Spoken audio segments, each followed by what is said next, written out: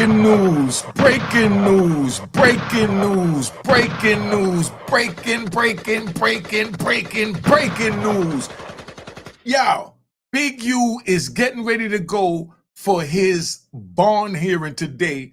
I'm going to play a whole video to let you understand what's going on in the Big U's case. From law and crime, it breaks it down. I'm going to give my commentary from a hood point of view. Sit back, make sure you subscribe to my daughter's YouTube channel. This is what it is. Let's keep it moving. Let's go. All right.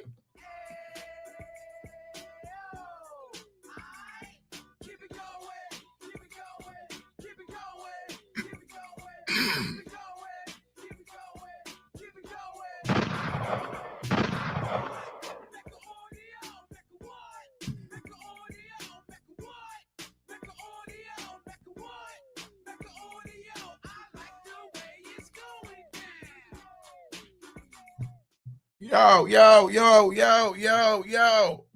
This is what it is. This is what it is. Big U is going for his bond hearing today. Let's get this started. Let's see what law and crime going to say to fill us in on where we at with the Big U case. So if you don't know about the Big U case, you need to watch this video, share the video with who you need to share it with. Put your comments in. Let's keep it moving. All right. Prayers. I need y'all to... I don't even know what to say.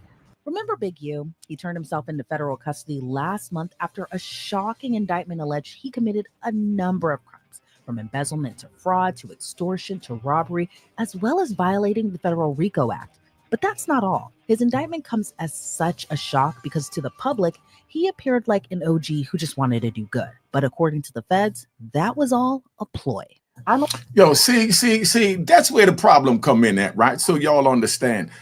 This man is doing something for the community, and at the same time, when you're dealing with the community and the people that deal with the community, you have to deal with them a certain way so that everything rolls smoothly. So I'm just giving my perception of the way I see this right here with Big U, right? It's like he's doing good, but then he still have to deal with the gangbangers.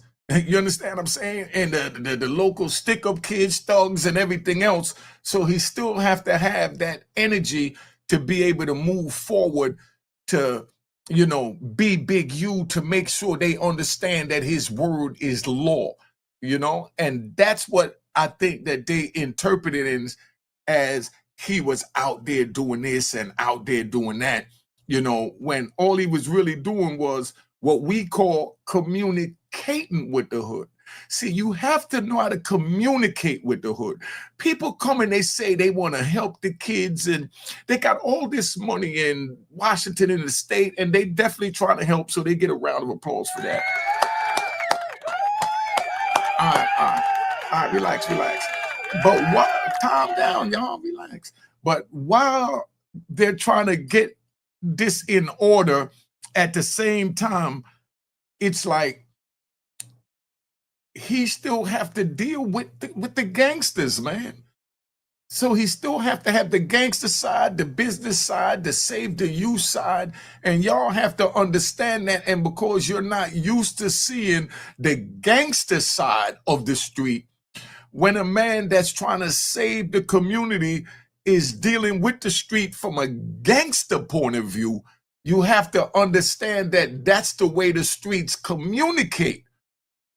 And all he's doing is communicating, because that's equivalent to if someone was trying to, you know, come in to help save the youth. He got a three-piece suit on and a briefcase. They're not going to listen to that. They need to see the bucket hat, the beard, the bald head, you know, the baseball cap. That way they know they could communicate. That's the way that works, so you understand. But now I'm going to play this a little further because it's a little lengthy, but I wanted to do a live today so that y'all could put your comments in. You know what I mean? Last of a dying breed. Salute to you too. You already know Nikki Broadway. You already know Heart and Finest. You know, let's go. I'm Elizabeth Milner with Law and Crime. Now, if Big U is convicted on his charges, he's not facing light time. He's facing life in prison. Now, last time I reported on this story, we had little info about the man he's accused of murdering, beyond that he was an aspiring rap artist signed to his label. Now we've learned the victim we previously knew as RW actually used to play football with Big U's son. I just want y'all to know, all this stuff is quagmire. Shit is all bullcrap.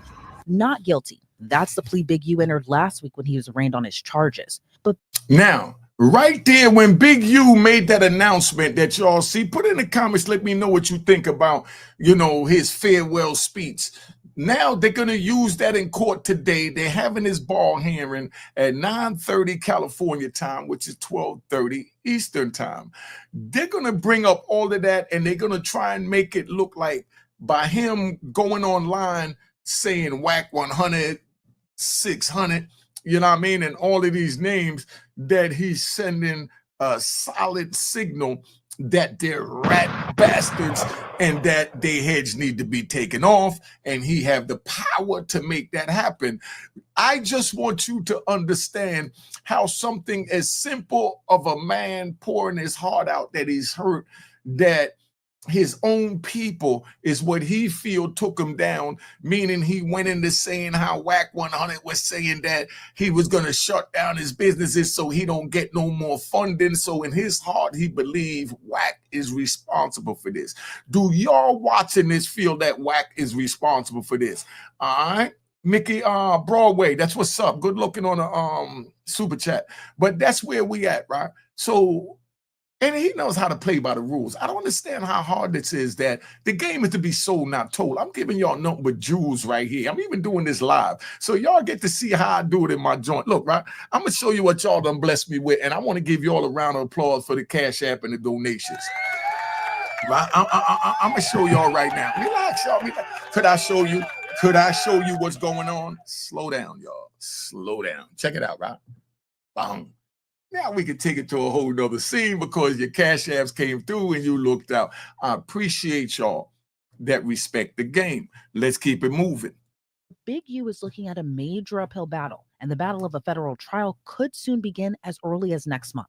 According to his federal indictment, Big U ran a criminal enterprise that they call the Big U Enterprise. Court documents say the Big U Enterprise is a mafia-like organization that utilizes Henley's stature and long-standing association with the Rolling 60s and other street gangs to intimidate businesses and individuals in Los Angeles. Federal prosecutors claim Big U is known and regarded as a leader within the Rolling 60s Crips and is let me say this, right? This is, remember, I'm going to blow your mind right now, right? I'm going to show you how these people do this and how these games are played, because it's whoever writes the best movie script. So I'm going to write the movie script from a street point of view. Now they're saying that he intimidated and shook down stores, right? What they call an intimidation and shaking down stores is Big U going in there with the hat, the glasses, he's looking mincing, and he tells them, yo, we doing something for the youth, and we want y'all to, donate or contribute to help sponsor the football league that we're doing. It'll really be appreciated, and it would help the kids. Now they looking at Big U, they scared to death because he's a black man. They know who he is, and they say, damn, I can't say no. Just because they feel that they can't say no. You understand what I'm saying? Just because I need to know what numbers is in the back. I don't care about in the front. I'm looking at the front. But anyway, you understand? So just so you understand, man, I done lost my thought with this foolishness. I'm looking at the numbers in the front. So I know what it is in the front. So Big U asking them to give a donation. They taking it as he's demanding a donation because he's Big U. And, they did the character from Debo after him. So, how could they tell him no? Now, when the feds come in and ask, did you donate money to Big U? And then they say, yeah. And they say, well, did he threaten you? And he'd be like, no. But they say, well, did you feel threatened? And he said, yeah. Well, if you felt threatened, that means he did that because he put the fear of God in you, that if you couldn't say no, that he would have banged you out right there in the store. And that's where the extortion come in, just to give you how they're going to come, and they're going to bring all this up today. That's why I'm doing this live, because I wanted to beat this out there so y'all understand where I'm at. You know what I mean? Hey, yo, good looking, Mickey Broadway, for putting what the numbers is in the front on your end. I need to know what's in the back also from my end. Thank you. Time with the gang dates all the way back to the 80s, where he rose up the ranks after earning his rep as an enforcer. So what do the feds have on him? According to the indictment, agents have confidential human sources, wiretaps, search warrants for social media, iCloud, Google accounts, financial records from individuals and companies or organizations, toll records showing communications between conspirators, victims, and Big U Enterprise members and associates, cell phone records, records from the city of Los Angeles, interviews from witnesses and victims. Now, essentially, they claim to have a lot on him, especially since the investigation launched in 2021. But here's what else we've learned since the last reporting of this story. So in addition to embezzlement, wire fraud, and all that, Big U was accused of murdering one of his rap artists in a Vegas desert in January of 2021. Now, previously, we only knew the victim as RW because that's what the indictment says. But now we know the victim's name, Rayshawn Williams. Now, prior to him being a rapper, he was a football player for Crenshaw High. The team even posting a remembrance to him on their Instagram page, writing in part, quote, "He was a very special guy to all of us here at Crenshaw. We hope that you pray and continue to pray for the family and hope that everything goes well along with them." But it's how Rayshawn died that's horrifying. Now, according to the indictment, Big U allegedly murdered Rayshawn by shooting him multiple times, then dragging his body into the desert and left him there in a ditch not far from Interstate 15. A witness. Now, we don't know if Big U did it because he's alleged this, but what I am going to say from a street perspective, because that's why I'm giving you what they're not going to give you over here. Bottom line is, when I hear that somebody was shot multiple times in the face and left out in the desert, all I could think about is they really pissed somebody the F off. Somebody was really pissed off to fire a number of joints in someone's face point blank. I'm just keeping it 100. That's why I say don't go out there in the street. Don't get caught up in that, because the things that might piss you off might not piss off the next person. And the way you may react to getting pissed off, the next person might not be able to do that. You understand? So you can't put your morals of your aggression into the next person, because that's how you could lose your life. And here at Unique Mecca Audio, we're trying to show you how to save your life and save and preserve your freedom by not breaking the law. I done showed y'all videos of CCOT to let you know what's going on. They talking about sending what they call homegrown criminals and gangsters, like what they're labeling Big U as, all the way to El Salvador, to a prison they got called CCOT. I might even pull that up in a little bit, but I want to stay on where I'm at. You know what I mean? EJ, put your face in the screen so I can see you if you're trying to come up, family. All right.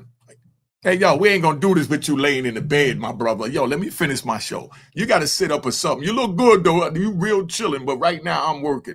All right, let's go. Investigators, Big U was one of the last people seen with Rayshawn before his murder. But why would he kill his own artist? Well, allegedly, Rayshawn recorded a diss track about Big U, even seemingly foreshadowing his own death. Now, the indictment says, quote, RW was dissing Henley, referring to Henley as the bro that makes some money, and that RW may get shot in the face for thinking his lackadaisical use of the studio and general representation of unique music is funny. Now, just 5 days later, after laying that track down, Rayshawn was shot in the face with a revolver that left no shell casings. But it's unclear if Big U heard the lyrics prior to the murder.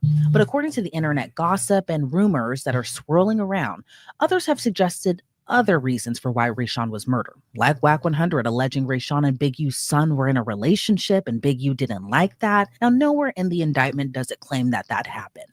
All right, so what do you think about Whack even bringing that to the social media to let us know that, you know, he feels that Rayshawn Williams and the brother that lost his life, rest in peace to him, you know, was in a romantic relationship? What do you think about Whack bringing that there when that's not even in the indictment?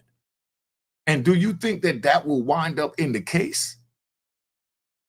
Now they got a new angle to go down to say that, oh, they was lovers and the father didn't approve of it. So the father wound up blowing his face off and taking him out in the desert to save his son's reputation or his family name, that they're is no he cipher, monkey cipher within the family? I mean, somebody let me know. Somebody said whack playing police games. That's what AP said. The song, what that law student call, whack claimed, what's that? Oh, like cleared that up and no, that is not okay, and that's not the case. Okay, so whack cleared that up, so that's a blessing. That's a big home to a law. Whack cleared that up. But I just wanted to ask you that question because now that narrative has been thrown out there. Because I'm gonna take a ride. We like to take the ride. So y'all better share these videos and let them know that I'm on live right now. Because I don't do this too often, but I might just start. Let's see how this works. And know that not only do the Cash App work that's above my head, also the Super Chat work as well. Show your love, that you know and understand that the game is to be sold, not told, and let's keep it moving. Now, you got Whack 100 saying that they was in a he cipher, monkey cipher relationship, and then he clears it up. Now, the ride that we're going to have is, I'm at trial, right? So while I'm at trial, my co-defendant's in trial for, homicide, and they said that he shot the dude X amount of times in the upper torso and someone else took the gun and shot him in his face. That had nothing to do with me. Rest in peace to the victim. I'm just telling you how vicious it was back then. And that's how vicious it is right now, that I want y'all to really wake up and know that don't get involved in the street, because these stories is not to glamorize. It's just to let you know how real it is, that this been going on since the beginning of time. But now, one co-defendant shoots the victim in the body. Another co-defendant took the gun and said, I'm going to show you how to air dude out. And he shoots him in the face. So when he goes to trial, he was charged with just murder. And, the autopsy people came on and they said that it wasn't the bullets to the lower torso that it wasn't the bullets to the face that killed him. It was the bullets to the lower torso, because dude shot him in the face, but it hit him in his chin. So he attempted to kill him. We know that, but he wasn't charged with attempt murder. But, the other co-defendant said he smacked him, took the gun, stood over him and aired him out, shot him 4 times in the chest. The autopsy people said it was the bullet to the chest that took his last breath, not the bullet to the chin, because they could have did the reconstruction, cosmetic surgery and all of that, right? So that's the same thing we dealing with right now, is that they have a motive for what it could be. And then the jury, right? And then the judge told the jury, right? Because the prosecutor said, the prosecutor asked the judge, could he show some pictures, of the dead body, and the judge said, yeah, show a student class picture or something.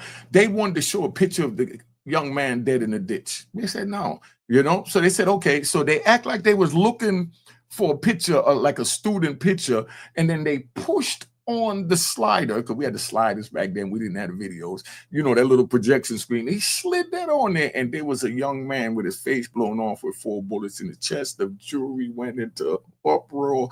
It was a pregnant woman that was on the stand. I think she even went into labor that day. Now, that deserves a mistrial. The judge said, no mistrial, we're going to move forward, take that up on appeal. But then the judge said, but I'm going to tell the jury to ignore what they see. How do you tell somebody to ignore something as horrific as that? That's like saying, whack cleared that up. It's already out there. It is no clearing up. This is internet. Once it's said, it's out there. And that's what y'all need to understand. I can't keep giving y'all these jewels and y'all want it for nothing. Let's keep it moving, man. But Whack 100 and Big U hate each other. So who knows? It might be Whack trying to get another jab in. But in addition to murder, federal prosecutors allege Big U's enterprise purported control of LA, to the point Big U allegedly required musicians, athletes, and others who wanted to do business in LA, both legitimate and even of the criminal kind, to check in. Now, if you're unfamiliar with checking in, it's pretty much you had to get permission from Big U to travel to LA if you wanted protection. Ironic. How did he think he was going to get away with telling people you got to check in these states? Someone tell me that. How do you say to someone that you got to check in? That don't even make no sense to me. Do you think that the state or the government is going to allow an individual to play police and take away the job that we're paying taxes for them to do, to bring it to a street level so they can grease their pocket? Somebody tell me this content ain't fire. Put it in the comment. I don't need the rat bastards. Where have you heard it so real and raw? Here it is, a black man in America telling a citizen, you have to check in with me. I don't care if you got a permit to shoot a video in the park or in the rolling 60s hood. I'm running this, not them. Ain't he don't even gonna get away with that? Hey, y'all, and I'm gonna just keep it 100, man. Jay Prince, you was on that bullshit too, dog. Jay Prince, you was on that bullshit too. Now, don't let because you done see they done grab Big U up, now you gonna act like you didn't deal with the check-in, because I seen a video that you put out there where little baby gangster came out there, they jacked him for his Rolls Royce, and then all of a sudden his stuff mysteriously turn up in your hands, and you telling him to come get his keys on social media, and you don't think that they're gonna charge you for the same thing that Big U? This is just a test run. Big U is a test run. They know your bag is bigger than Big U, so they're testing it out with Big U, how they're gonna implement this RICO with the check-in. Where you gonna get content like this? Jay Prince, stop it. They on your tail, dog. That's why when I make a video saying the feds are coming, like I made a video about Yo Gotti, the feds are coming. Yo, my dog, that ain't wishing nothing on them. That's just giving content and my opinion from my experience on how the feds rolled on me. How they coming? My opinion, my experience. That ain't me wishing bad on nobody. Now, when the indictments start dropping, don't say Unique didn't tell you. Let's keep it 100, man. Keep this moving. Ironic enough, his podcast is called Checkin' In. He even made note of how to do it in the theme song. When you hop off a plane, check in. Penthouse suite, check in. When your feet hit the street, check in. Because if not, gets hot. You better. You hear that? You better check in. Check in. And checking in isn't just sending a text message to Big U saying, hey, I'm in Los Angeles. You got to pay him. And he's got to sign off on it if you want to conduct certain activities. Now, Big U has pretty much been a guest on every hip hop and rap podcast you can imagine. And the feds were watching. Now, they cited in the Hip Hop Uncovered documentary that Big U stated, if you don't pick up the phone, that can mean death for somebody. And the Nothing is Something podcast, he said, you go and check in. You could choose not to, and it's going to be a problem. If you choose not to check in, you suffer the consequences. Now, an example. Now, they took his exact words from a podcast, is what they just read, and they put it in the indictment. Now, if I saw Jay Prince with little baby Keys saying, you know, come get your car, and baby told you like he was supposed to, that little dude gave it to you raw. And I respect that young man. He get 3 gunshots. My bag, that was 4. All right, but he get the extra one and another one. All right, little baby told Jay Prince, dude, they ain't just make 1 key. I don't need to come get nothing from you. You know what I mean? Whatever you want, you bring it. How much more gangster could you get from a young man than that? He gets a round of applause. I gotta give him a round of applause for that. I gotta give him a round of applause. Y'all put in the comments what you think about that. Y'all put in the comments. I mean, you can't get no more realer than that, man. Dude told him, man, keep them keys. What I look like coming? You done took that, you got that. Now I'm gonna make my move. But we don't need to talk about our moves. And Jay Prince really thought that he was dealing with a little lame or something. The way he was talking, oh, I got the keys and he got the cane and he got his homies. Yo, no disrespect to you, Jay Prince, but these young dudes is killers too. You know what I mean? Don't think that it's just old dudes that know how to take lives now. Let's stop it. Don't lose the generational gap because I'm not even going to say you so that nobody feel like I'm disrespecting you, because we have more matured and what they called softened up or cottoned up. You know what I mean? Like drugstore cotton soft, right? But underneath that drugstore cotton, the killer still remains. But we just know how to put the cotton around it to be able to move in like they're accusing Big U of doing. But now you got these young testosterone dudes like we were back when we was in our 20s, and that little man told you straight up, when they made one key, they made another. I don't need nothing from you, as he should. Let's keep it moving. Example they used of the so-called consequences was the attempted murder for hire plot of rapper Quando Rondo, which was allegedly set in motion by rapper Lil Durk. Now, during that shooting, Quando Rondo wasn't killed, but his cousin was gunned down. Then there's the whole defrauding companies, donors, athletes, and celebrities part. Big U is accused of pocketing more than $100,000 in donations to Developing Options, his nonprofit charity. How do you know that that wasn't what he paid himself for his services of working in for the developing? Come on, dog. They try to make it look like he stole it, because how you know he didn't pay himself?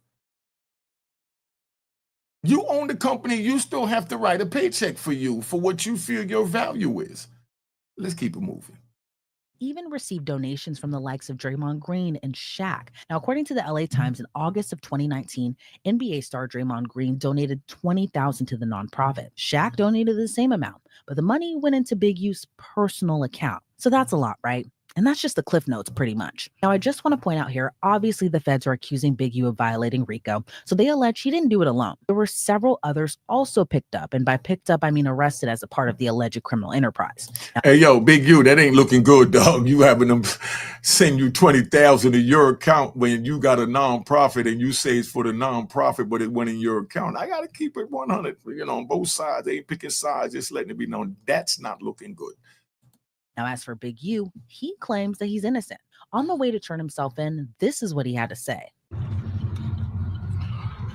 I'm looking at this video as I come in to turn myself in, and I'm disheartened by the fact that they trying to say that I stole something from Developing Option, or I used Developing Option for the front.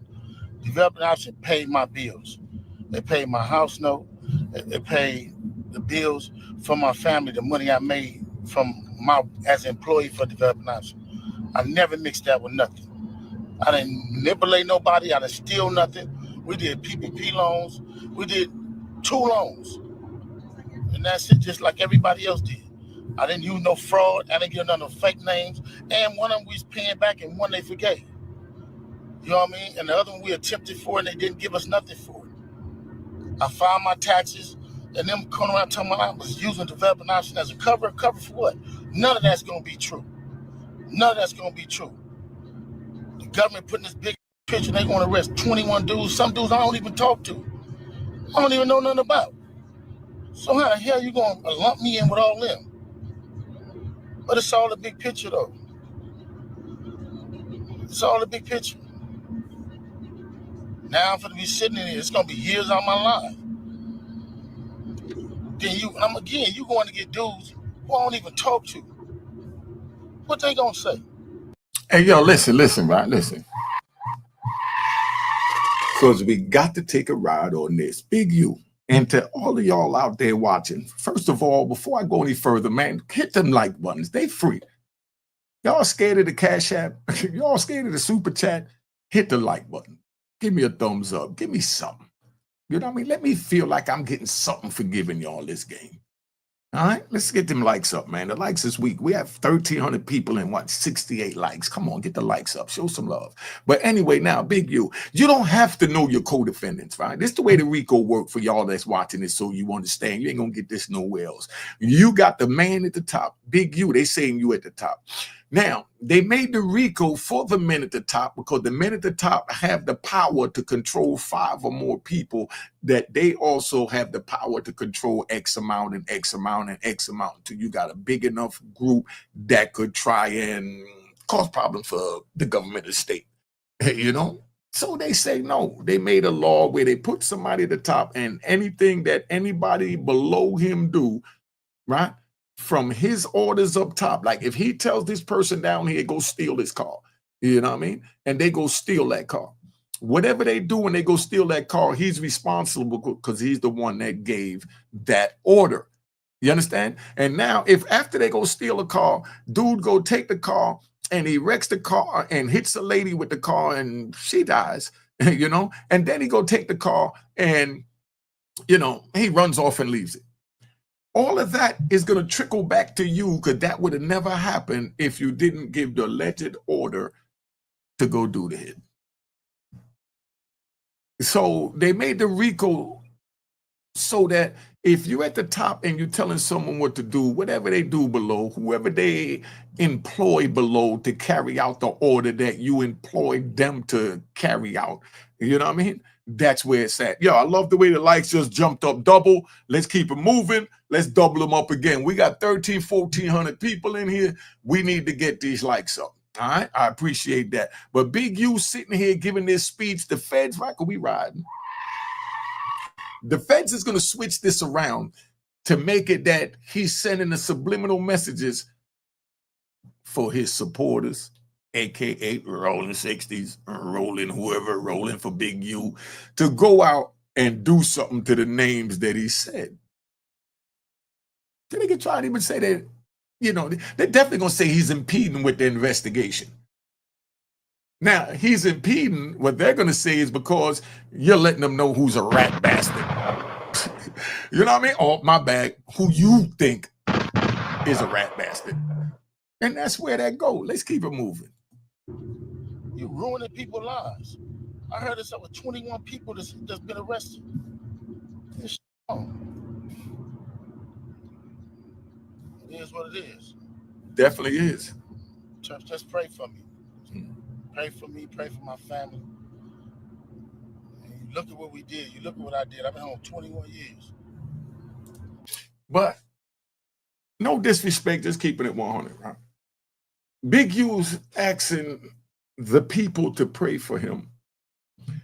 And Rashard Williams, the young man that lost his life, that you was alleged of taking his life. Alleged, let's get that right. They're looking at this and they say, pray for you? What is you, stupid? Because they're holding him responsible based on street gossip, street rumors, and internet talks. So in their mind, he did this. In many of the viewers' minds, he did this. How many of y'all feel that he's guilty of sin? Put it in the comments. How many of y'all feel that this man is guilty of sin? And how many of y'all feel that this is just another ploy like they got, you know what I mean? Who they got lately? They went after Jay-Z. Oh, let's talk about the criminal joint. They got Diddy, they got Dirk. You know what I mean? Who else they got? Y'all put in the comments. Diddy, Dirk, they went and got Young Thug. You know, I mean, put it in the comments. You know, they just, you know, now Big, you tell me it's like only us. I'm just saying, somebody put in the comments, let me know who we at. It ain't over though. That's what it's not. Blessings. I'm looking at all these charges on the news. I'm headed back to LA. And then I'm looking at the people they arrested. How you gonna go arrest people that I don't even talk to? That's a built-in liar right there. You know what I mean? So is that how they gonna work the case? Everybody know I don't f***ing. Everybody know I'm f***ing. So if you want to arrest certain dudes, and put them next to me, them is the dudes you gonna have to call themselves turning against me. Well, ain't no turning against me. I ain't going for that. You might as well go get 600 and whack. These dudes been saying I did all year. So what they doing is they go on the internet and these dudes say that I did something on the internet. Then when you say I did on the internet, they go investigate it. Now you raiding my houses, raiding my shops, raiding all this stuff. And talking about I'm committing crimes and covering up with developing option. What? Hey, yo, did you hear that? I'm you know, cause we ride. You know, that's why I love these lives, man. You know, we riding right now. We riding. Check it out, right? So you understand. When he just said, y'all might as well go get whacked. Y'all might as well get this one. Y'all might as well go that one. The feds is gonna say that he's sending a hit squad out of them just for that. And he's just really talking to the people, pleading his case, speaking from his heart, how he feels. He feels they responsible for him going down, and he's letting it be known that he's hurt, that his own people talked him into indictment, that he himself also talked himself into indictment. Let's say that. But that's what he's saying with this farewell, you know, Instagram live. But they're going to twist it and make it that he's sending the hit squad. He's telling them rolling the roll. Said, y'all might as well go get them. Now, imagine some creep, you know, R Waters, what's up? Thanks for subscription. There you go. Y'all subscribe, P Waters. Y'all subscribe, get your name pop up, do all that. Make sure you hit the notification bell when you do that, right? But, you know, you tell me. He said, y'all might as well go get them. All of this is going to be manipulated to say that he guilty of sin. What crimes am I committing to cover up with development option? You know what I'm saying? I ain't committed no crimes. They cover nothing up with development option. It's crazy. But this how they get you. They get one or two people to say something. Ain't gonna be no real evidence. Ain't gonna be no real nothing. It's gonna be a repeated thug. It's gonna be a bunch of people in jail for a bunch of different crimes that don't have nothing to do with me. They finna lump all of us up and say it's all around the 60s. You right, Ron. You right. See, this is the game that I give. Now I need y'all to hit the likes for this. I'm gonna give y'all some game, and all I want in return is the like button hit, and y'all hit that subscribe and notification bell at the same time. Definitely the notification bell. Now, right? Big U is this is crazy, man. I'm just listening to this. Listen to this, man. Listen to this. Ain't gonna be no real evidence. Ain't gonna be no real nothing. It's gonna be a repeated thug. It's gonna be a bunch of people in jail for a bunch of different crimes that don't have nothing to do with me. They finna lump all of us up and say it's all around the 60s. Yo, that's how the RICO and the conspiracy charge work, Mr. U. Because I'm going to take you on a ride. My indictment went like this, right? I'm going to tell you how my indictment went. Show how crazy it is. The same way you was baffled right now, I was baffled. And I was the same place you was at, so I'm not saying nothing against them. I'm just telling you that I've been there, and that's why you only get this content over here. So all I'm asking is hit the like button, notification, and subscribe right now. Now, check. When I sat there, I go to the courtroom, and I don't know none of my co-defendants. I'm chained up with 8 other men, because there was 3 on the run, but I'm chained up with 8 men, a chain on this wrist, you know, another man here and another man there, and they got me at the front because they saying I'm the leader of this chain that I'm carrying. They telling me that I'm the leader, and I'm looking like, oh, who are these people?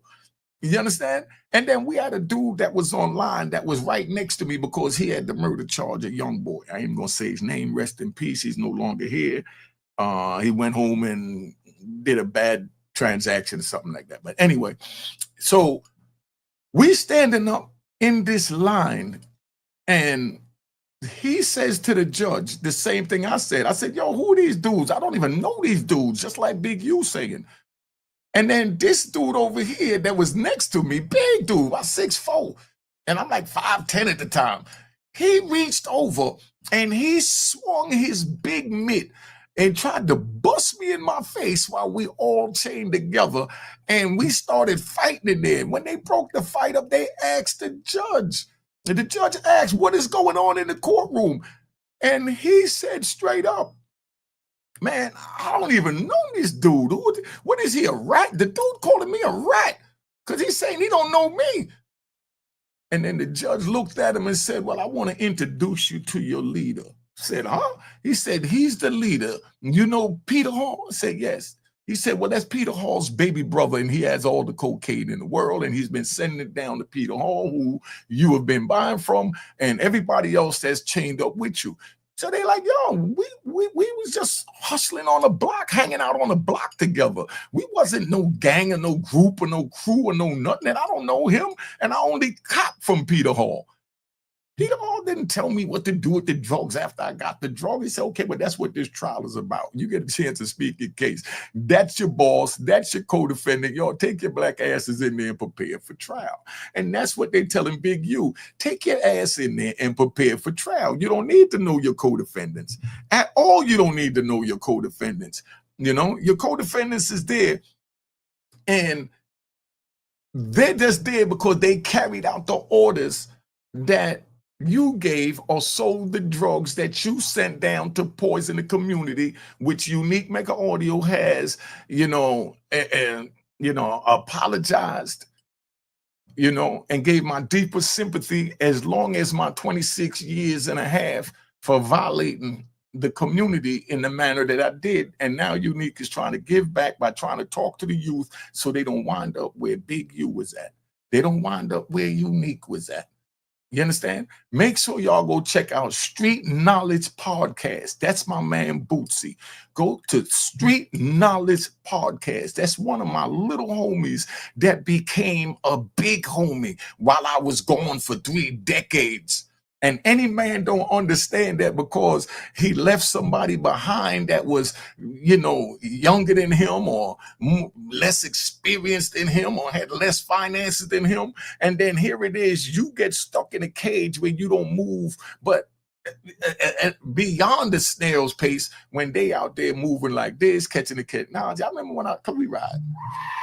I remember when I called Bootsy and he was on a joint, 2005. So y'all know I know I'm talking about. He was on that joint where you go chirp, chirp. You know what I mean? It was some chirp thing. And he's calling homies all the way in New York and he in Carolina. And I'm like, yo, what is that? And he said, nah, I think it was a Blackberry, a chirp, whatever. I don't even know what it is. Yo, listen, I liked it so much. I even when I went to the flea market, I found these old ass phones. I'm trying to figure out how Bootsy did that.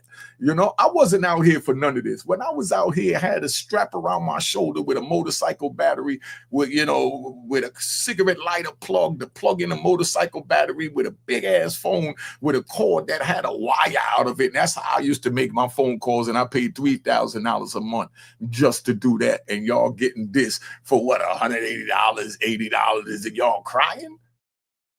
I just don't get it. For the life of me, I don't get it. For the life of me, I don't get it. But, it is what it is. Let me get back to Big U. But that's what it's you. You don't have to know your co-defendant. Stop it, dog. Stop it. Watch it. We just seen it with us. Oh, Nextel, good looking. I'm finna experience the same thing out here. I knew it was coming. Now they on there saying all this stuff to assassinate my character.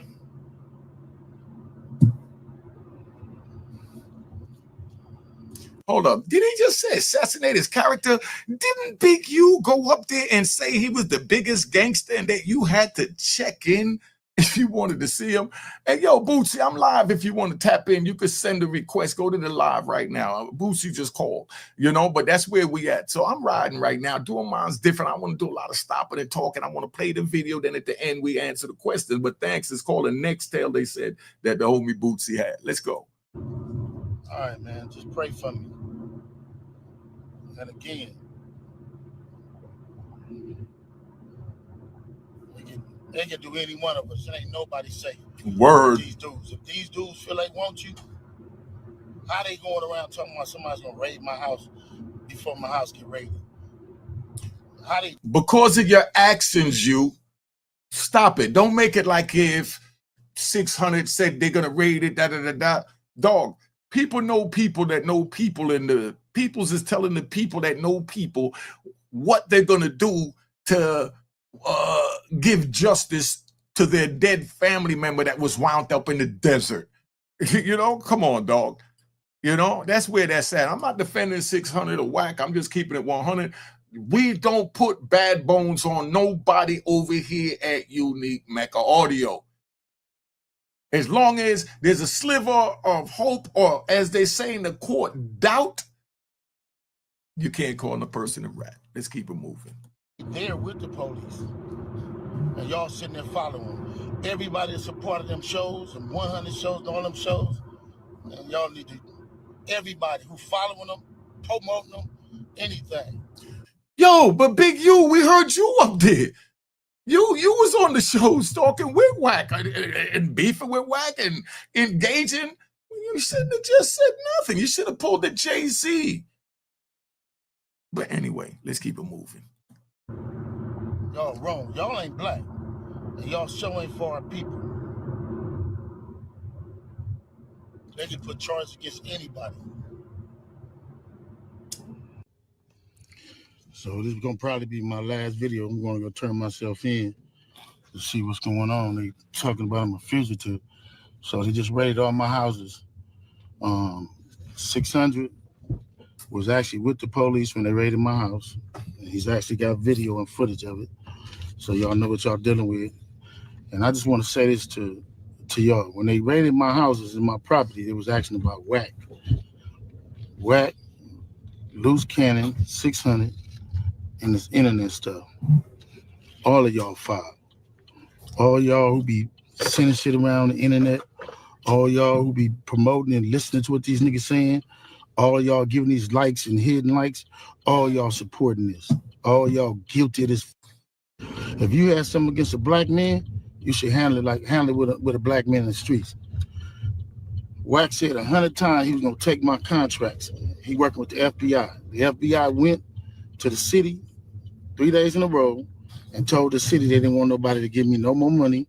They went to all the different celebrities and told all the different celebrities, don't give me no money, don't help me, don't do nothing for me. They going around scaring and intimidating everybody. But y'all sending it around, getting people in trouble. Like y'all don't understand what the FBI do to black men who try to help their community. I ain't been nothing but a help to our community. But I guess it is what it is. This the price of being black and trying to help somebody, trying to help your community and do what you can. You're just guilty because somebody else don't like you and then go on the internet and do what they want to, and y'all gonna promote it. Pause right there. You see what he's saying? And that's what we not doing at Unique Mecca Audio. That's why I'm telling you, go check out my man Deuce M's. Y'all make a short out of this. Go check out Deuce M's at Active Chucks with 2 S's at the end.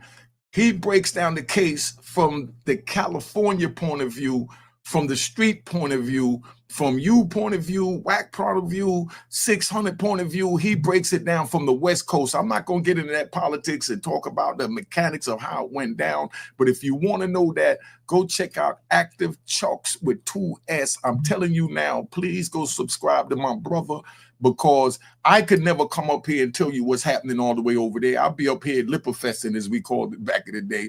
You know what I mean? And we don't do that, you know? So if y'all want to know the intricate details beyond what Law and Crime and Unique Mecca Audio is saying, go check out Active Chucks. And if anybody out there in the West, because that's my man Deuce M's, and if anybody out there in the West Coast, right, or Chicago, or wherever these big stories I may cover from, feel free to call the number on the screen and put in the text, I'm from such and such, and I know to call you as long as I see that first, or leave me a voicemail at 917-680-9091.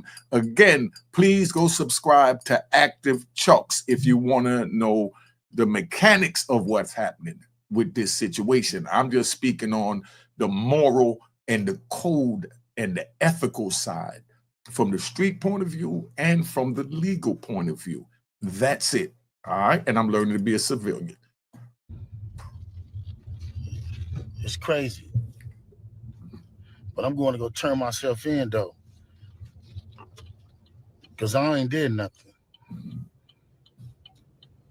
This fact is, man, they done went to my house, kicked my houses in, bust my doors down, bust my windows.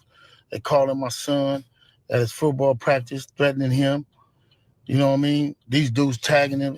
What kind of shit is this? Yo, that's how the feds play, dog. They chased my mother all around the country while I was locked up. One of my family members had to leave to go out the country because they dog. When they want you, whoever in your family don't turn against you, they will get. them. Stop it. But y'all gonna be rolling with these dudes. And I got this last thing to say. Wax said he was gonna destroy developing option, right? So who gonna replace developing option? Which one of you 60s gonna call yourself coming in? Because whoever try to come in, y'all the ones that's working with Wax. Hey, yo, hold up, man. You got bigger fish to fry and bigger things to worry about than that, Wax. Stop it. Don't worry about who's gonna come in and fill your shoes. You worry about trying to get your shoes back on the outside. That's the position you in right now. See, this is where we know you a big homie. We give you the utmost respect.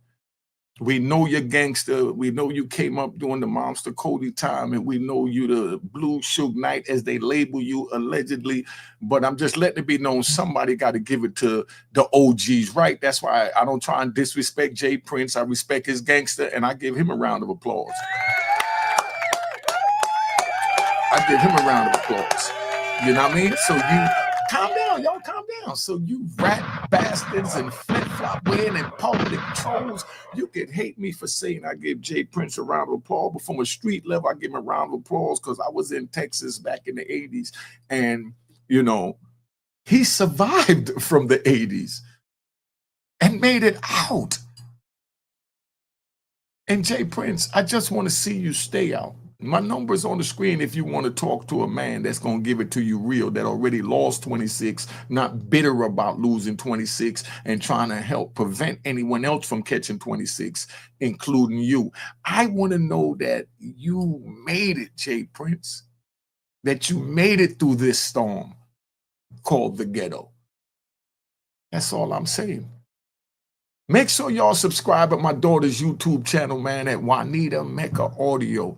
Please remember to subscribe to my daughter's YouTube channel. She speaks like I speak, but from a young lady's point of view, that her father went to jail for 26 years and how she survived without her father and her emotional turmoil that she went through. So if you want to see that, going over there, it's something different. It's from a woman's point of view. Everybody want to hear the gangster stories. She going to tell you the sad stories, how when her father was stupid enough to want to be a gangster, she was out here suffering in the real world. But I mollified my response for why I did the things that I did by saying I did it for my daughter, the same daughter that I left behind for 26 years, that I'm trying to prevent you from leaving your daughter behind for 26 years. Believe that. So remove me to get me out the way for somebody else to come in who's going to cooperate. That's what the play is. That's exactly That's it. what the whole play is. I'm out. I'm going to send y'all videos to put up, all of it until they lock me up. All And right. we'll see how this plays out, as new reports suggest he could face trial as early as next month. Let's bring on trial attorney Adante Pointer to get his take on what Big U's trial could look like. Adante, thank you so much for joining me today. Now, before we get into the trial aspect of everything, what's actually your reaction to Big U's 107-page indictment? In it, there's so many allegations like violation of RICO Act, allegations of embezzling, allegations of murder, and that federal authorities actually date back some of these alleged crimes as early as 2021. Yes. You know, this is a very much a sprawling indictment that has ensnared not only Big U, but it implicates a lot of different people, because the government essentially laid out their case to say this was not a single individual, although he was the head or the mastermind, if you leave it to what the government has put together, of this criminal enterprise. And in order for it to be an enterprise, that means there are other people involved. And so this is a net that has ensnared more than just Big U, but it's also implications for a lot of other people.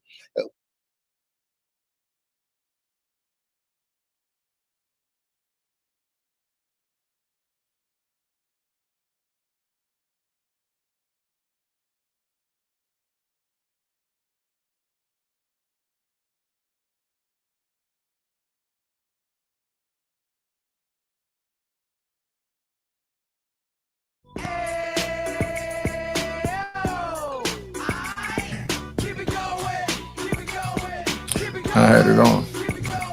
I realized I had it on mute, so I'm going to tell you again. I'm going to play the intro, hit the like button.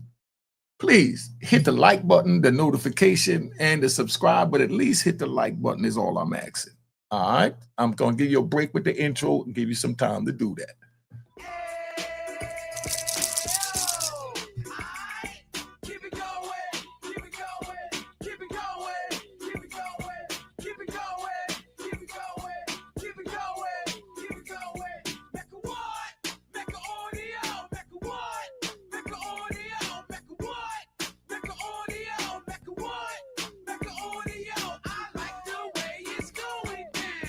Going on. All right, so let's go. On a far-ranging list of crimes. And, this is something that was pretty shocking to read. It almost read as if it was a fiction novel. But from the government's position, this is fact, not fiction.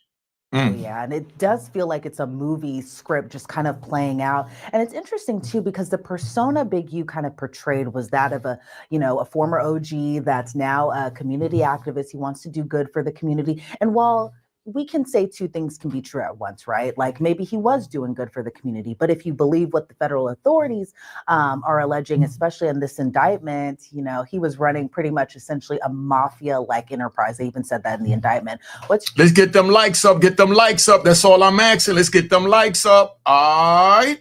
The reaction to kind of what feels like a double life he was living. Well, you mentioned that two things can be right.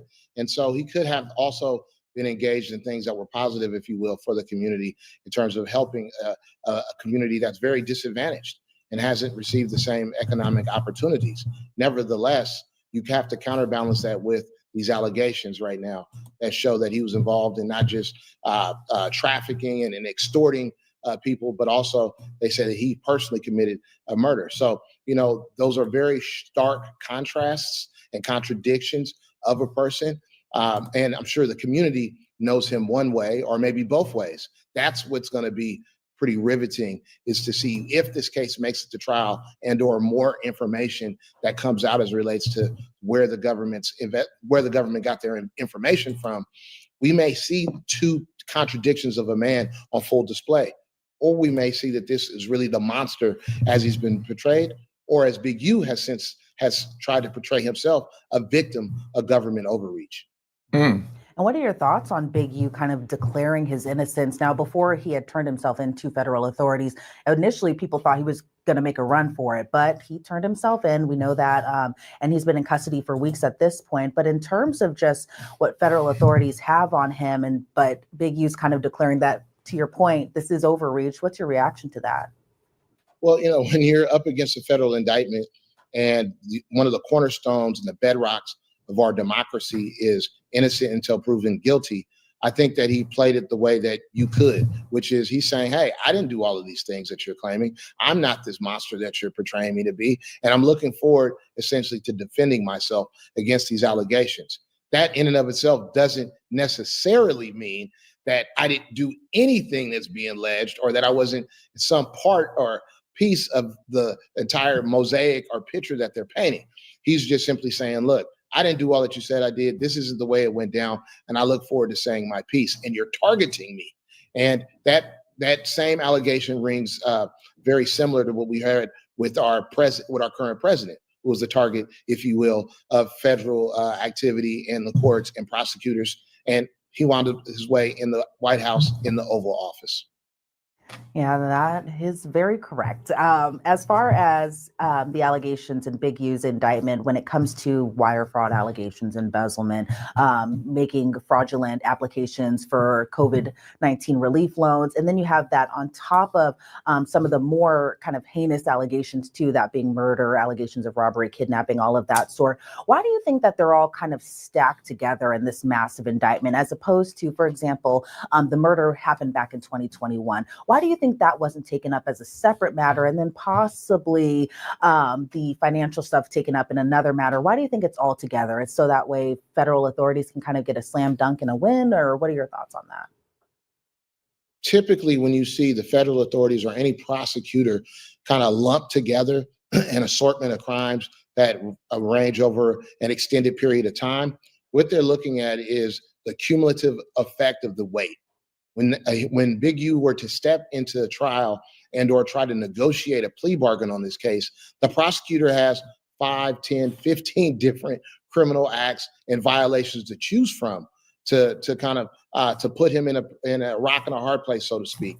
And so what you see is they pile on, is the term that the criminal defense attorneys use. We say, you piled on all these charges in order to make it that much more difficult for my client to fight for his freedom, and or if we were to go to trial, you paint such a negative picture by claiming all these different things. A jury is more likely to think, well, maybe not all of these things are true, but one of these things are true. And we might not agree on the most severe crime, but we can make a compromise verdict in terms of a jury agreeing on a charge or a conviction on something that's a little bit less serious, but yet carries devastating consequences in terms of prison time. Yeah, because he's facing life in prison, and not even just. All right. So that's where we at, right? So listen, so let me explain this to you so you understand. Now, they pile on a bunch of charges because all they need is one that carry life. Look how K Flock celebrated him beating the murder charge, but then still got found guilty of the RICO and the other charges and exposed to a lifetime in prison. That's why they stack them like that. He beat the main charge, but the littler charges carry life too. That's how they cover themselves. Don't put yourself in a catch-22. Our great President Donald Trump is telling you that he's getting ready to send homegrown, gangbangers, labeling them as terrorists and things like that in that category over to El Salvador. Please listen to what he's saying. This is not a joke. And then you get people that come in the comments and they come in the comment and they say, oh, you're doing clickbait. Donald Trump just talking. No, they're actually proposing these things. Let's stop this. We don't need to go there. Just life in prison, a statutory max sentence of life in prison. What are your thoughts on whether or not this could be a possibility for him, especially given that, he had previously served time for a completely different separate matter. But in terms of just the punishment that he's facing, it is a lot of time. But what are your thoughts on it? Yeah. Federal charges and convictions come with heavy penalties. That's why the weight of the federal government, when it's leaning on you as a criminal defendant, or if you're the criminal defense attorney, is punishing. Because especially for people who have prior convictions, you have the risk of being declared a career criminal, which in and of itself invokes a mandatory minimum of decades of time. And that's how the federal system works. It's a point system as it relates for how a punishment could be meted out. So when he has all these different variety of crimes, you add that to his prior convictions, and you're looking at a staggering amount of time as it relates to prison exposure. And that's why many people plead, because you're up against a very difficult decision. Do I risk what might be hundreds of years in prison, or do I take 10, 15, 20 years, which is still an amazing amount of time, but you still have an opportunity to come home and restart your life, versus 300 years, which is essentially a death sentence. Yeah, and that's why I'm kind of surprised that given this overwhelming amount of evidence, it seems like from federal prosecutors and from authorities, that I was a little surprised that Big U pleaded not guilty. Now, again, he maintains his innocence in all of this, but as in terms of him not going through with the plea, in this case, now going to trial, what's your reaction? What do you think it could look like? Hold up, stop it. What do you mean? They just charged him. They didn't even present the evidence to him yet. So if they didn't present the evidence to him yet, he's definitely not going to sit there and plead guilty. That's not going to happen. He's going to plead not guilty, let them show the evidence, and then he'll be able to see how far he could go as far as with a deal. That's the way this play out, so y'all understand how y'all get the real over here, Unique Mecca Audio.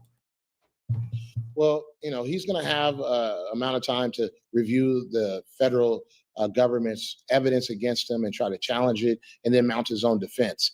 At some point in time, as you mentioned, he will have to make the decision.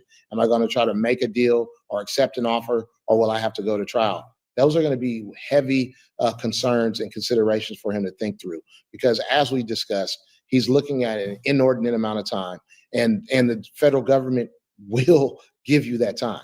There's no question. So this will be a very difficult decision. And I think primarily it'll weigh upon the witnesses coming to court and cooperating. But that's actually a very common tactic of the federal government. Is when you're facing a federal prosecution, oftentimes they already have the witnesses against you in the bag, so to speak, and they're cooperating, and they have sentences, and they have statements and interviews and recorded evidence. So oftentimes when you see a federal indictment, the federal government has already done the research, they've already done their homework, but that doesn't mean people do not beat these charges. All right, let's stop. Their homework and their research is getting a couple of rat bastards to cooperate. Now, all I need for my loyal subscribers and viewers is to hit the like button. Is that hard? Matter of fact, I'm gonna get an intro again. Hit that like button.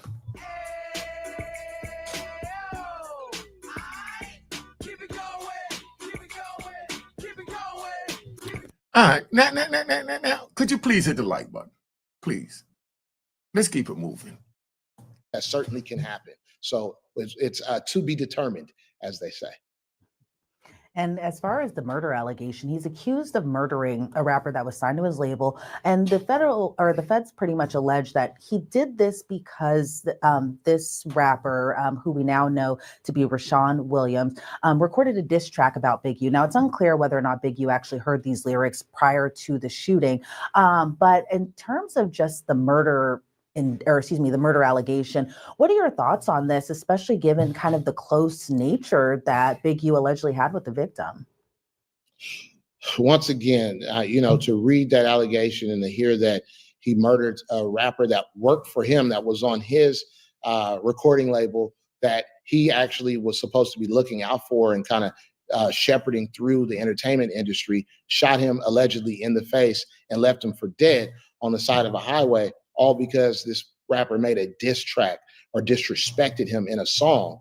Those are very shocking allegations and, heinous if proved true. And, it's something that you'd hate to hear happen to anyone.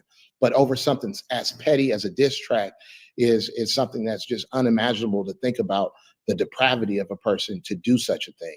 So, and you see how they running with that narrative? It's definitely a jaw-dropping headline. The question is it true? And what is the evidence to back it up? And so that remains to be seen. Yeah, and in terms of even just that, you also have this kind of other aspect to the entire case, and that's Big U's kind of way of raining this power down on LA, and that's in the form of checking in, something that really federal authorities kind of laid out how Big U kind of operates that in terms of just even having professional athletes, musicians, other people who wanted to come down to LA pretty much make a form of payment to make sure that they were protected essentially by Big U, so that way consequences wouldn't happen. And the feds even kind of point out what the consequences are, that being the shooting or the attempted murder of rapper Quando Rondo, and that kind of has to deal with the Lil Durk case. But in terms of just the whole checking in aspect to this case, and just even the power that Big U exuded, because they got the whole check-in thing, and I could just kind of ramble on about this, but they got the whole check-in thing because Big U always talked about it on podcasts and documentaries. He was very vocal, and it seems like the feds were watching this entire time. But in terms of just the evidence that the federal authorities have as far as the podcasts, the documentaries that he had done, but in addition to Big U saying these kind of words out of his own mouth, how bad does that look for the defense come trial? All right, before he even answer that, right? Let me get into this. Let me just say this so y'all fully understand what's going on. Now, we got Big U charged with these serious ass charges. They not playing no games whatsoever. Now, hit that like button. I'm gonna say that first before I go any further. But Big U is sitting there and he locked up. He's looking at all this going on, regardless what happened at the end of the day, right? At the end of the day, they trying to take this man's life from him. And they're using his closest friends and comrades and things of that nature. And, I'm going to go right here. You need to hear this. In terms this. of just even having professional athletes, musicians, other people who wanted to come down to LA pretty much make a form of payment to make sure that they were protected essentially by Big U, so that way consequences wouldn't happen. And all right, see, so let me break that down. That's what I had to see. Get back to where they was at, right? But let me go. Where I'm at with that is Big U from a street point of view. I'm just speaking from the street. Don't say I'm defending Big U. I'm not defending anything. I'm just explaining the street. Big U is saying that, y'all coming down to our hood. You're eating. You're surviving. You're making moves. What am I call that? You're making moves. You need to break my people off. You need to contribute something. Because you can't come down here, do a concert, made $2 million, and then leave nothing behind for the community. That's what Big U is saying from a street point of view. So I'm giving it to you raw that I know y'all not really looking at it, but I'm just telling you, Big U was speaking for the streets, right? As far as that, you seeing PNB Rock, rest in peace to him. He's sitting there with a big grip of money in the car, and he's driving through LA where dudes are starving. And you're getting ready to make 100 times that grip of money in your hand. What you gonna do for the people? And Big U was the voice for the people. The government called that extortion. In the hood, we call that representing the hood, meaning we all eat. If these rappers come down there and eat, then we need to eat. They can't just come down here and extort, extract $2 million and leave us in the same condition that we're in. Not saying it's right or wrong. I'm just telling you where Big U's mentality is from the street and from a big trigger point of view.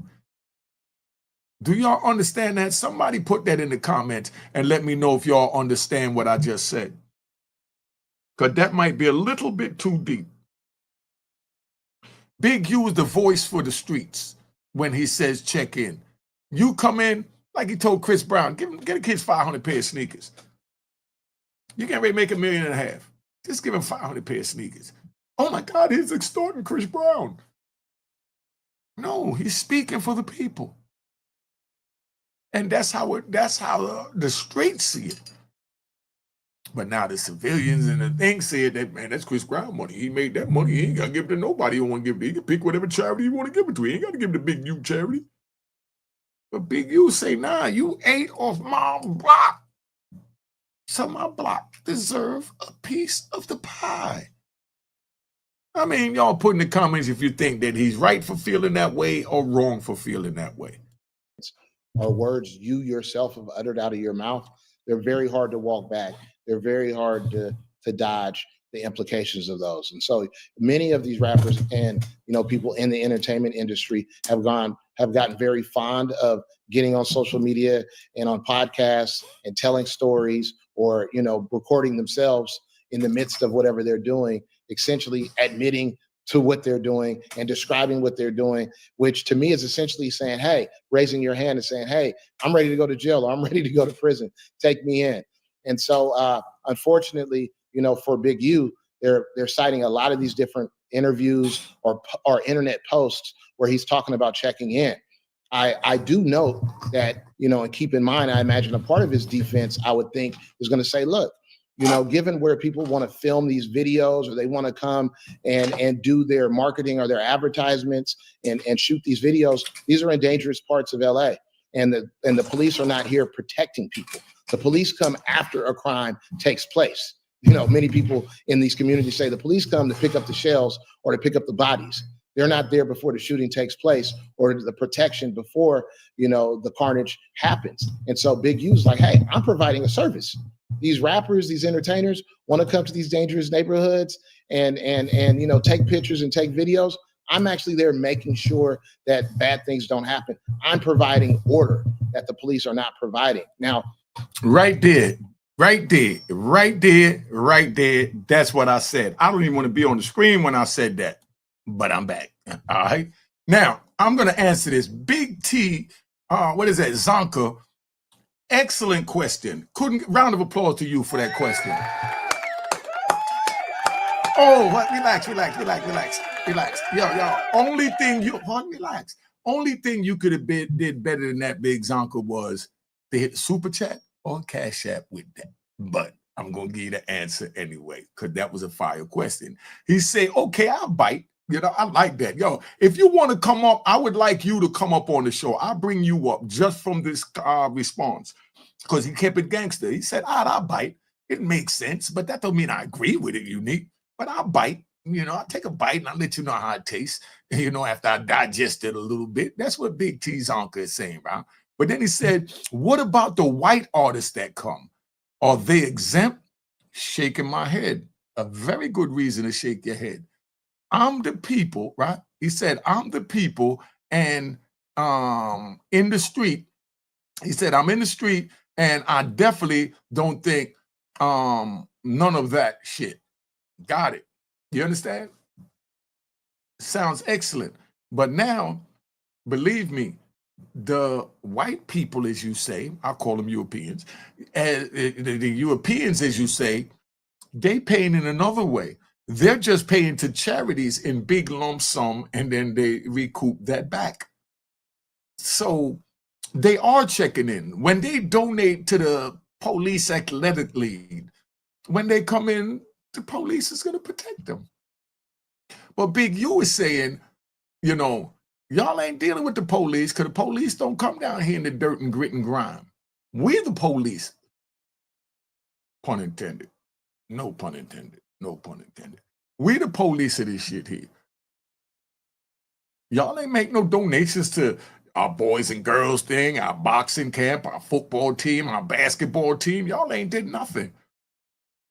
But Big T's uncle, the white people donated to their favorite charities.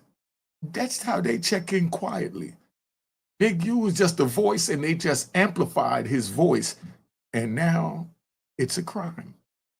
Did I answer that question well enough? Put in the comments if you think I answered that. If you have a rebuttal to that, feel free to do that. I'm going to go over the comments in the right, so please stay on. We're going to get into that. All right? Let's keep it moving. When this is over, I'm going to get into the comments. That's very much like the Godfather Don Corleone-esque. So I don't know how to actually play in a courtroom, but I think many people in the community and in the industry understood it. Unless he was actively going after people saying, hey, if you didn't check in, now I have to come and rob you.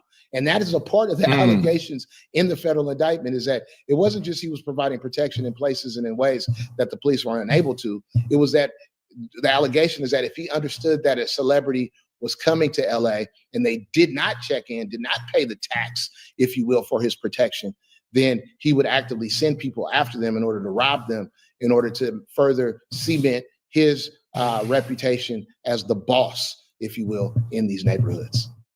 Or the enforcer. It's interesting too, because, given street code, right? Not that I'm too familiar with it, but from my understanding of it, it just seems like there is just kind of this code of honor in a way. That is just kind of the way that the streets run. And even in terms of Big U talking about checking in, he says, even when he leaves LA, he makes it a point to check in if he's going to Chicago, if he's going to Atlanta. So it seems like there's kind of this, if you do this for me, I do this for you type of code of honor in a way for this in the streets. But in terms of just leaving the street life, because they sometimes when you're caught too in deep, it seems like there's no way of getting out, and then this type of thing happens. But in terms of just, the OG's not leaving the street life. We're in 2025 now. A lot of things have changed in terms of, people are more vocal on podcasts or more vocal on social media, just about things that they may not realize could be coming off very criminal, but they're still talking about it, not realizing that other people are watching. But in terms of just the street life bleeding into criminal activity that just keeps going and going and going, what are your thoughts about that overall? Yeah, he certainly has a past that's been discussed, had some convictions, known to be a power player or the boss within his circle and within his circle of influence there in Los Angeles. And yes, people do check in when they go into different parts of our country. Now, is it a check-in to say, hey, I'm here, look out for me, tell me the best restaurants, tell me the best places to hang out, tell me the places to avoid? That's a certain type of check-in. And those are the type of things that many of us might do if we're going to a place that we're not familiar with, and we have people who are familiar with that place in our circle. The problem that, people run into is when you provide those type of recommendations or services, A, for money, and B, under pain of being robbed or beaten or killed. Okay, that's called extortion. That's different than merely, checking a Yelp review All right. And so that's what the federal government is talking about here. I do once again understand and appreciate the idea that these people often are high net worth individuals.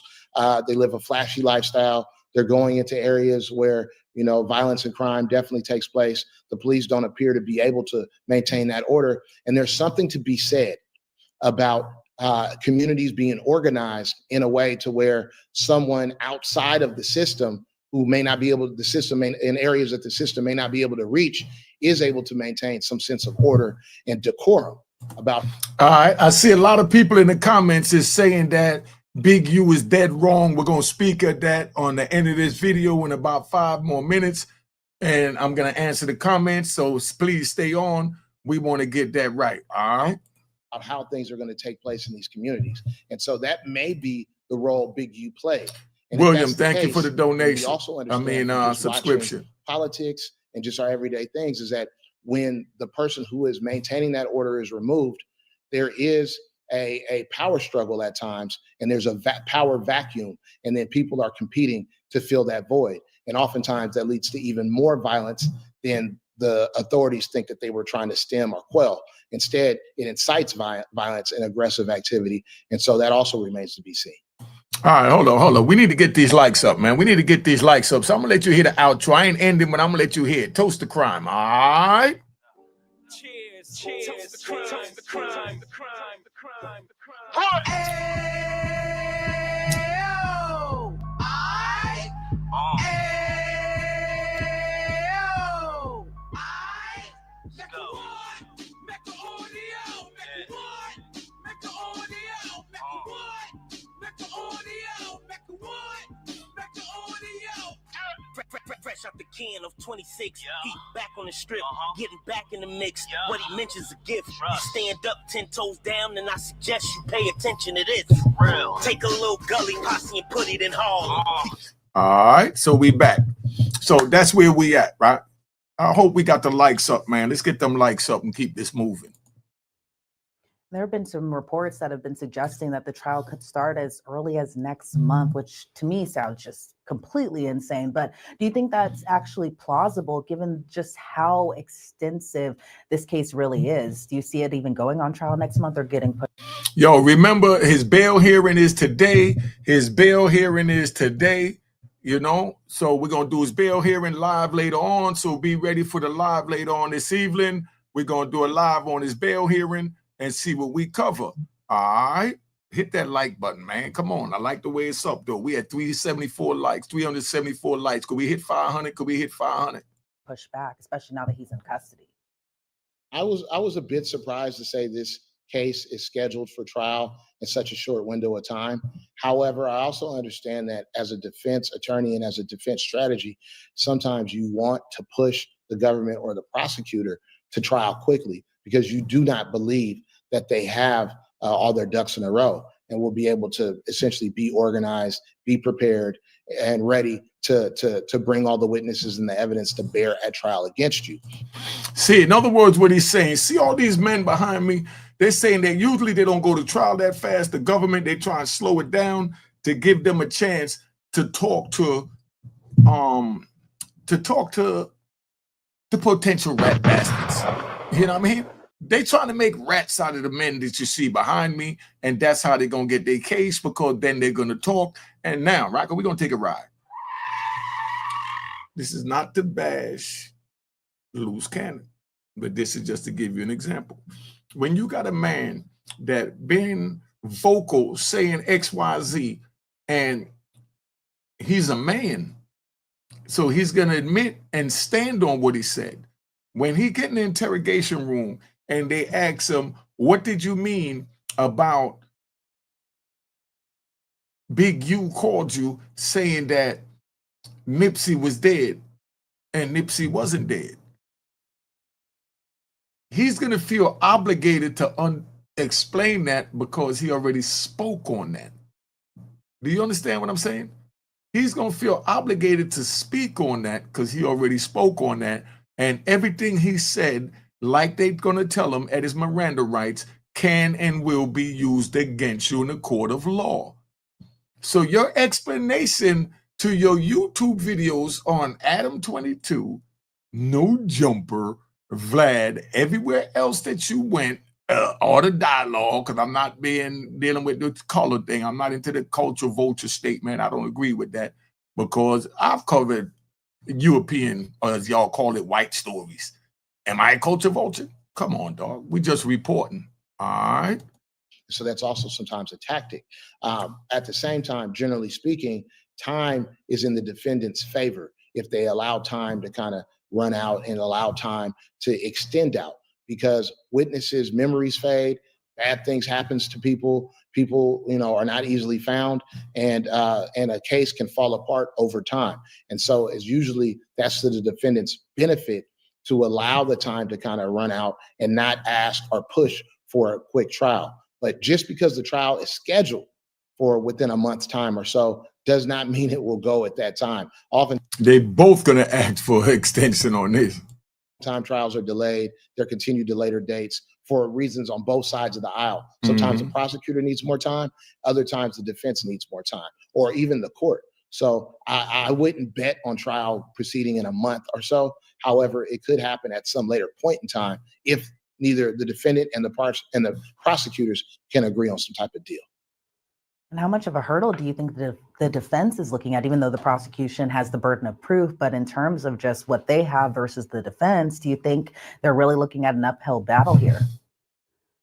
Well, assessing how difficult of a row it is for the prosecution to hoe is only going to be able to really be assessed once you see the evidence behind the allegations, and whether or not people who provided evidence to the federal government are actually going to come to court and say the same things.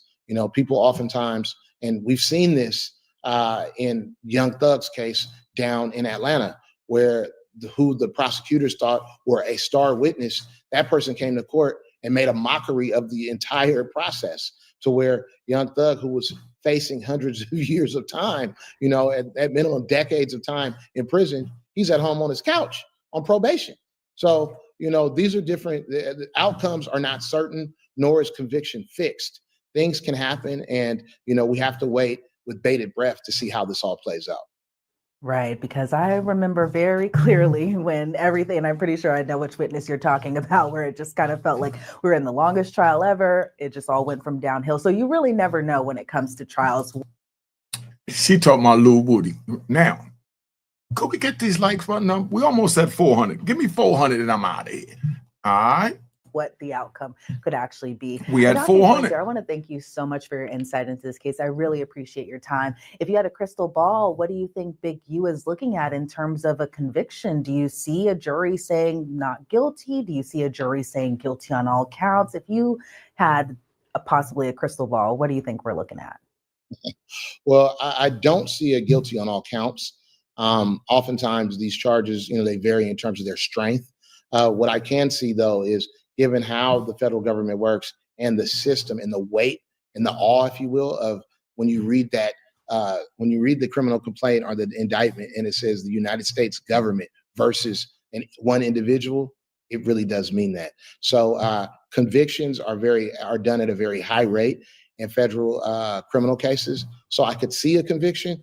The question that I can't kind of make out, and the answer that I can't make out of my crystal ball, is which conviction he'll go down on. All right, so that's where we at. Now, y'all tell me what you think of that, right? Y'all put it in the comments. We're going to keep it moving. Let's get to some of these comments now and see where we at. All right. I'm going back. They probably done tuned out from now. Okay. What's this right here? Okay. What's these gang members have to understand? That's that being in a gang members considered a terrorist in the United States. And that's where that joint came in at. Let me see if I could pull one up real quick. I'm even going to pull one up and let you see what it looked like so that y'all understand, right? All right, might be fine. They always have them in my feed because that's what I'll be looking at. So we're going to come over here and we're going to put in CCOT.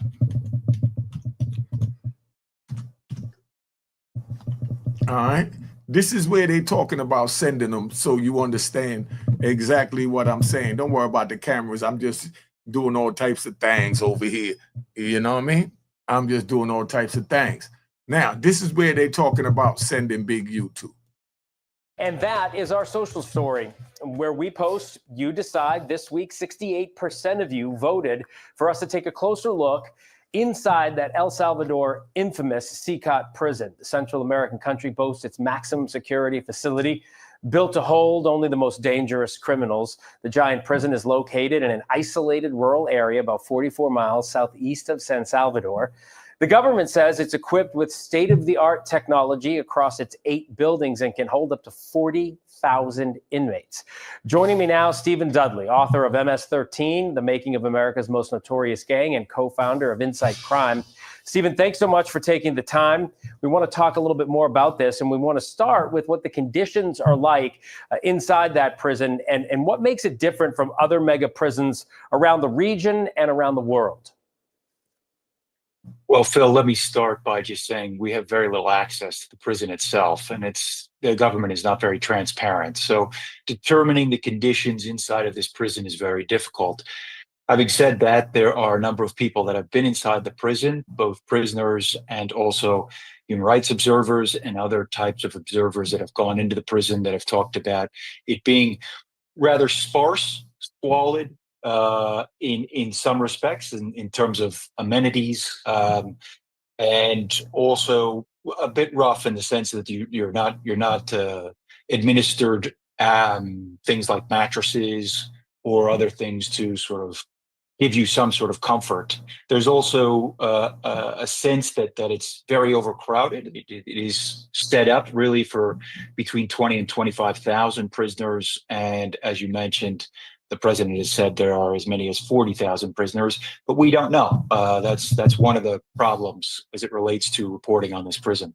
Yeah, our Matt Rivers, one of our correspondents, actually went inside and got to give us a look. But as you point out, got to show us what the government wanted us to see.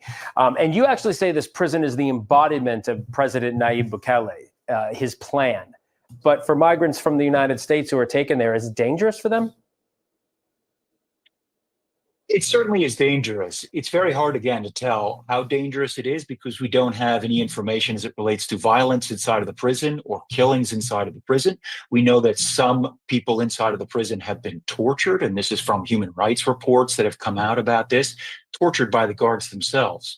But it's very hard to tell. The problem for somebody like Abreu Garcia would be if somebody thought that he had claimed to be a member of the MS-13 without being a member, or if he were housed in an area where the rival gang was, and they thought he was a member of the MS-13. So let's say he was housed in an area with the 18th Street, and they thought he was MS-13 because that's the claim that the United States is making.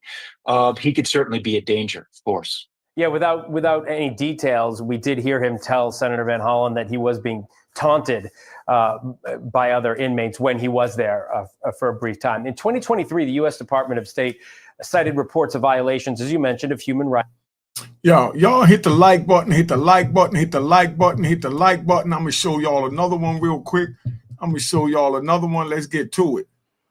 The U.S. has sent hundreds of mostly Venezuelan migrants to be held without trial at this mega prison in El Salvador. It's known as CCOT, an acronym for Terrorism Confinement Center in Spanish. The prison opened in February 2023 as part of Salvadoran President Nayib Bukele's highly popular hardline security policy, which has resulted in a sharp drop in homicides. El Salvador claims it is Latin America's biggest, with capacity for 40,000 inmates. It stretches across 57 acres and is located in an isolated rural region east of the capital, San Salvador. Bukele has said the prison cost $115 million to develop and equip. Video taken from inside the facility often shows prisoners tightly packed together with their heads shaved. The mega prison doesn't have an outdoor recreational area and won't allow family visits. A September 2024 report from the Inter-American Commission on Human Rights expressed concerns about overcrowding. It cited a study that found CCOT inmates had an average of 6.45 square feet of space, which is below international standards. Could you imagine, right? Could you imagine just sitting in the bunk, right? We got to show you this picture. Could you imagine just sitting there like this all day? Could you imagine sitting there like this all day? You know, let's look at this. Could you imagine just sitting there all day, 24 hours a day, just sitting on a metal bunk, waiting to see what they're going to do? You know, look at this. Could you imagine sitting there all day? Somebody tell me, put in the comments, could you imagine just sitting there all day for the rest of your life just like this? If you don't feel that this video is worthy of showing to the young people, I don't know what to tell you. You know what I mean? I can't get no more real than that. Feds and other people always cell phones recording. You know what I mean? All right. It's a bond paperwork. It denied a bond today. The feds dropped the paperwork. Big U been working with them people for years. Nah, dog, I got to see this. I'm getting ready to do another video right now. You know what I mean? I'm getting ready to tap out. You see what he said? It's the bond paperwork. He got denied bond today. The feds dropped the paperwork. Big U been working with them people for years, allegedly. We're going to find out. I'm going to tap out. Been on here long enough. Make sure y'all subscribe to my daughter's YouTube channel at Unique Mecca Audio. Remember that, Unique Mecca Audio. All right. That's how her name is spelled. She speaks about what it was like doing time on the outside while her father was inside for 26 years, how she survived without her father for 26 years. So if you don't think that channel is worth watching, I don't know what to tell you. But the young ladies need to watch that. Let your daughters sit down and watch it. Your sons sit down and watch it. Your nieces and nephews, your cousins, your aunties, anybody thinking they cut like that. All right. Cheers, cheers, the crime, the crime, the crime, the crime, the crime.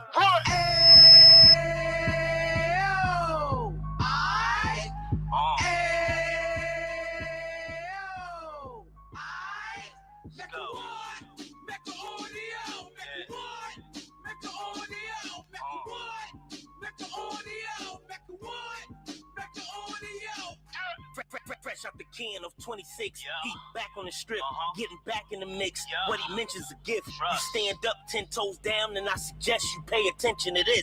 Real. Take a little gully posse and put it in Harlem. He cut from the bottom, came up from the bottom. Drop the book, you can go and get it. The Instagram page and the YouTube, you could go and visit.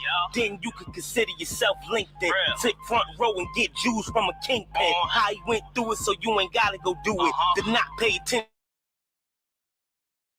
Talking about a man that probably put your grandfather on. Probably the reason that him and your grams got along. A man that generated millions on the block. Did his time, never squilling to the cops. Mecca Audio.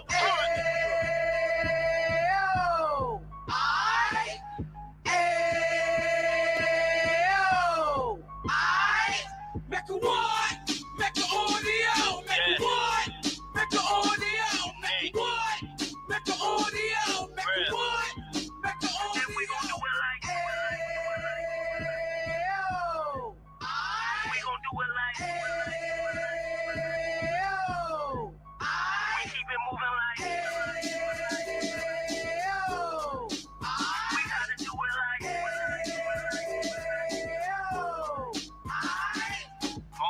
Get it live like 2 G's in the 90s. Drop top beamer so shiny. I let shorty go, she was whining. Treat her like my past, she behind me. Spend a couple bands on the Dapper Dan. You be back again, getting green like a Packers fan. No cap, it's a raw in uptown. Baby horn uptown, Dominican bust downs. Now we on the positive, we got a lot to give. Now he trying to stop the kids from being inoperative. So take heed, homie, lend it Ed. He started in uptown, he gon' finish dead. But now it ain't about selling drugs, buying cars. It's about buying property to make the community ours. So we can give back to the Cheers, cheers, the crime, the crime, the crime, the crime, the crime.